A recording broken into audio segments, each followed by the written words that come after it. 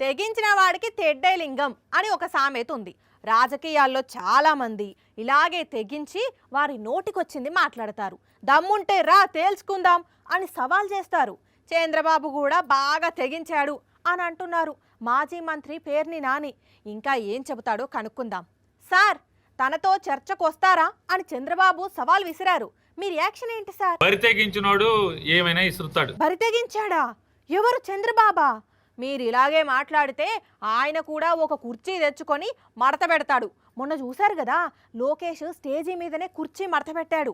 ఊరికి ఒక చోట శామ్యానా కంపెనీ నుంచి కుర్చీ అద్దెకు తెచ్చుకుని డయాస్ మీద ఆ కుర్చీ మడత పెట్టేటువంటి ఈ చంద్రబాబు నాయుడు గాని అతని కొడుకుకి గాని మీ కుర్చీలు 2019లోనే మడత పెట్టి ఎక్కడ పెట్టాలో అక్కడ పెట్టారు. 2024లో తామే మడత పెడతాం అని అంటున్నారు సార్. 2024లో కూడా ప్రజలు మళ్ళీ కుర్చీ మడత పెట్టి ఎక్కడ పెట్టాలంటే అక్కడ పెడతా ఖాళీ ఉండాలి కదా. మరి ఎలా సార్?